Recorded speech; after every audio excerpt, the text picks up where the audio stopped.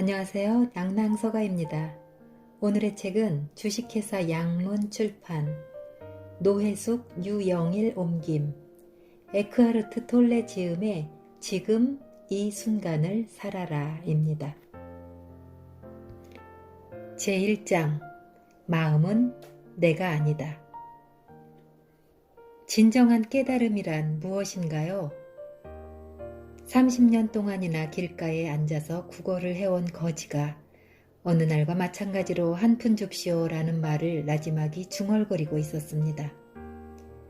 거지가 내밀고 있는 낡은 야구 모자에는 가끔씩 동전이 떨어졌습니다. 한 행인이 지나가다가 거지에게 말했습니다. 난 가진 게 아무것도 없으니 적선도 할 수가 없구려. 그런데 당신이 걸터앉은 그건 뭐요? 이거 말이요? 그냥 낡은 상자일 뿐입죠. 난 늘상 이 위에 앉아 있었소. 언제부터인지 모르겠지만. 어쨌든 난 이 상자 위에 쭉 앉아 있었소만. 행인은 상자를 가리키며 말했습니다. 한 번이라도 그 안을 들여다본 적 있소? 그걸 봐서 뭘 하게요? 안에는 아무것도 없어요. 안을 한번 들여다보시구려. 행인이 다그쳤습니다. 거지는 마지못해 상자 뚜껑을 들어 올렸습니다. 그런데 웬일입니까?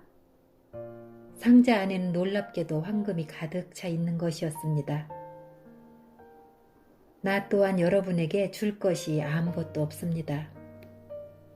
이야기 속의 행인과 마찬가지로 여러분이 지니고 있는 것들과 그 내부를 들여다보라고 말할 뿐입니다.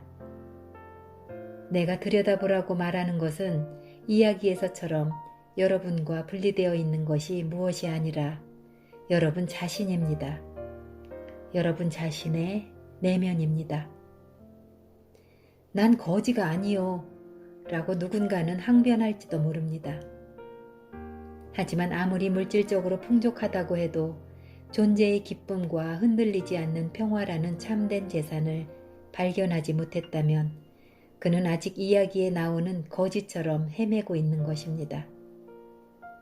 우리는 대체로 충만한 기쁨의 조각들을 자신의 가치나 안전이나 사랑을 외부에서 찾아 헤매고 있습니다. 하지만 우리는 그 모든 것을, 아니 세상이 제공하는 그 무엇에도 비길 수 없는 보물상자를 우리들 내면에 이미 갖고 있습니다. 깨달음이란 먼 데 있는 것이 아닙니다. 깨달음은 아무리 다가가도 붙잡을 수 없는 초월의 세계가 아닙니다. 깨달음이란 자신의 존재와 하나됨으로써 느끼는 자연스러운 상태일 뿐입니다. 어떠한 힘 앞에서도 부서지지 않는 그 무엇, 겉가죽의 나보다 훨씬 위대한 그 무엇에 연결된 상태입니다. 내 이름과 모습 뒤에 숨어있는 본래의 나를 발견하는 것입니다.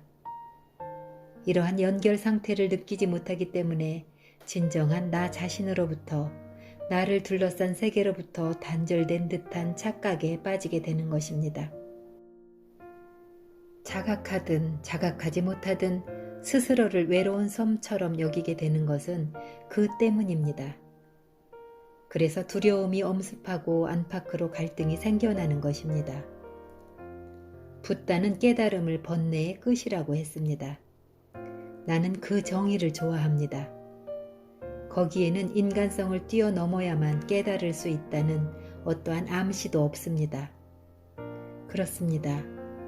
물론 그것이 깨달음에 대한 완벽한 정의라고는 할 수 없습니다. 깨달음이란 단지 번뇌가 아니라는 이야기일 뿐이니까요. 그러나 더 이상 번뇌가 없다면 무엇이 남을까요? 붓다는 거기에 대해서 말이 없습니다. 그 침묵에 담긴 알맹이는 우리 스스로가 찾아야 합니다. 깨달음이란 우리가 도달할 수 없는 초월적인 목표가 아닙니다. 그것을 우리에게 일러주기 위해 붓다는 그런 표현을 사용한 것입니다. 그렇게 친절을 베풀었음에도 불구하고 대다수의 불자들은 깨달음을 붓다만의 영역으로 치부해버리고 이번 생에서는 이룰 수 없는 일이라고 믿고 있습니다. 진정한 존재 상태란 어떤 것인가요? 태어나면 죽어야 하는 무수한 형태의 생명체 너머에는 영원한 오직 하나의 생명이 자리합니다. 그것은 저 너머에 있을 뿐만 아니라 모든 생명체 안에 깃들어 있습니다. 우리들 각자에는 눈에 보이지 않고 영원히 부수어지지 않는 영원한 생명이 깃들어 있는 것입니다. 우리는 지금이라도 당장 가장 깊은 곳에 있는 우리 자신, 우리의 진정한 본질에 접근할 수 있습니다. 그러나 이를 생각으로 이해하려고 하면 안 됩니다. 이해하려고 하지 마십시오. 생각이 정지되었을 때만 그 본질을 알 수 있습니다. 지금 이 순간에 충만하게, 강렬하게 집중하고 있을 때만이 진정한 존재 상태를 느낄 수 있습니다. 마음의 헤아림으로는 그것을 이해할 수 없습니다. 그러한 있음의 상태에 활짝 깨어 있으면서 그 느낌, 그 알에 머무르는 것이 밝은 깨달음의 상태라고 할 수 있습니다. 진정한 존재 상태란 신의 상태가 아닌가요? 그런데 당신은 왜 신이라는 말을 사용하지 않나요? 신이라는 단어는 수천 년 동안 잘못 사용된 나머지 그 의미가 공허해지고 말았습니다. 나는 그 말을 아끼는 편입니다. 그 말의 뒤편에 광대하게 펼쳐지는 신성한 세계를 흙이시나마 엿보지도 못한 사람들이 마치 잘 알고 있는 것처럼 태연스럽게 그 말을 사용하곤 합니다. 그들은 자신이 무엇을 부정하고 있는지 알지 못한 채 신을 부정하기도 합니다. 그 결과는 어떻습니까? 내가 믿는 신만이 유일한 신이고 당신이 믿는 신은 거짓이라는 어리석은 주장과 믿음에 빠지게 됩니다. 심지어 니체는 신은 죽었다는 명제를 남겨 유명해지기도 했습니다.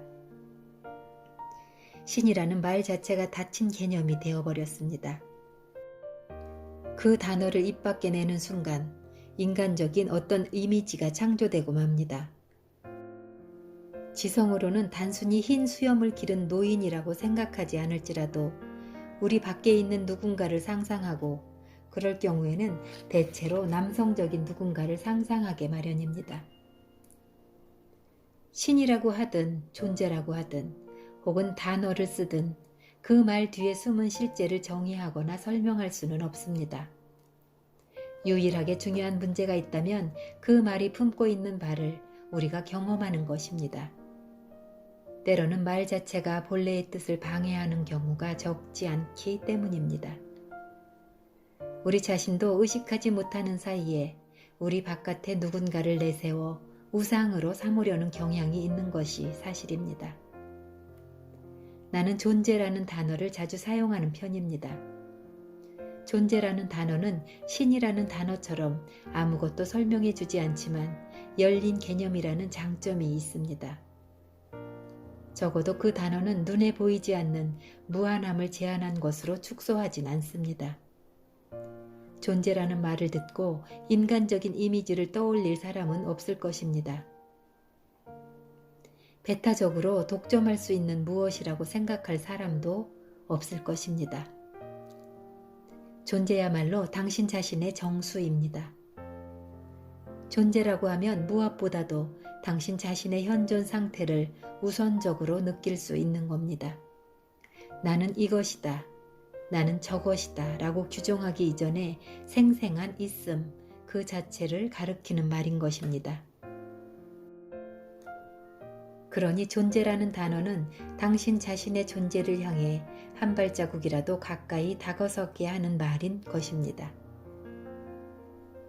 우리 자신의 진정한 존재 상태를 경험하지 못하게 가로막는 가장 큰 장애는 무엇이라고 생각하나요? 우리는 마음가짐이라는 것을 우리 자신과 동일시합니다. 그 때문에 우리는 무언가를 생각하지 않으면 안 된다고 스스로를 억압하고 있는 것입니다. 생각을 멈출 수 없다는 것이 사실은 엄청난 고통임에도 우리는 이를 깨닫지 못하고 있습니다. 대부분의 사람들이 그런 고통을 겪으면서도 그것을 정상적인 것으로 받아들이고 있습니다. 그칠 줄 모르는 생각의 행렬이 소음이 되어 내면의 고요한 세계를 발견하지 못하도록 가로막고 있는 것입니다. 우리 자신의 진정한 본질은 내면의 고요한 세계와 일치합니다. 갖가지 생각을 헤아리면서 그런 생각들을 나라고 생각하기 때문에 거짓된 자아가 만들어지고 두려움과 고통의 그림자가 드리워지는 것입니다. 데카르트는 나는 생각한다. 그러므로 존재한다. 라는 명제를 만들어 놓고 스스로 가장 근본적인 진리를 발견했다고 믿었습니다. 하지만 그는 사실 가장 기본적인 오류를 범한 셈입니다. 생각을 자기 존재라고 착각한 것이지요. 우리들 대부분이 그렇지만 머릿속 헤아림을 쫓아가다 보면 문제와 갈등이 끊임없이 일어납니다. 그 결과 미친 듯이 복잡한 세상에 휩쓸리게 됩니다. 세상은 조각조각 부서진 우리들 마음을 고스란히 반영하는 것입니다. 깨달음이란 만물의 배경을 이루는 하나의 상태에 머물러 전체성으로서 살아가는 것이고 평화로운 상태입니다.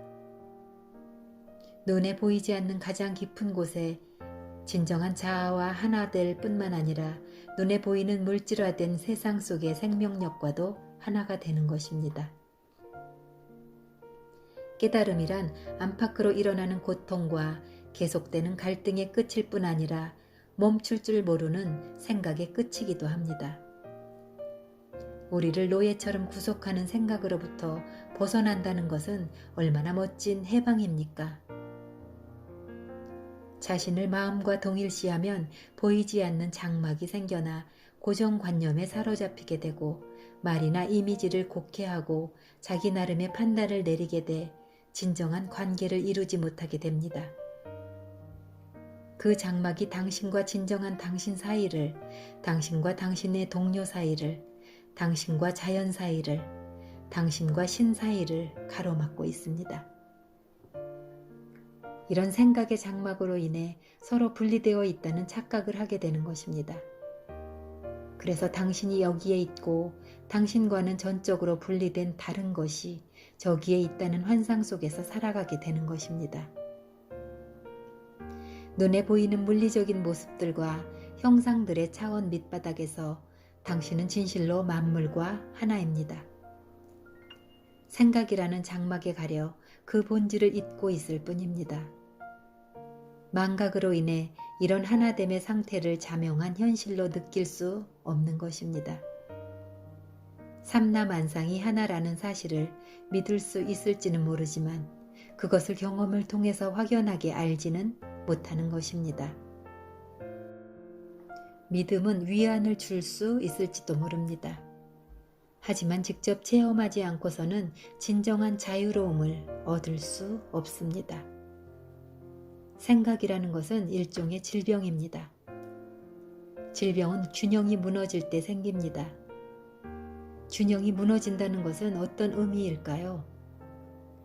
예를 들어 몸 안의 세포가 분열하고 증식하는 것 자체는 당연하고 자연스러운 상태입니다.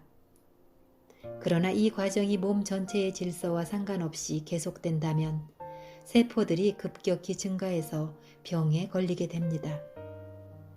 올바르게 사용하면 마음은 아주 훌륭한 도구이지만 잘못 사용하면 대단한 파괴력을 갖게 됩니다.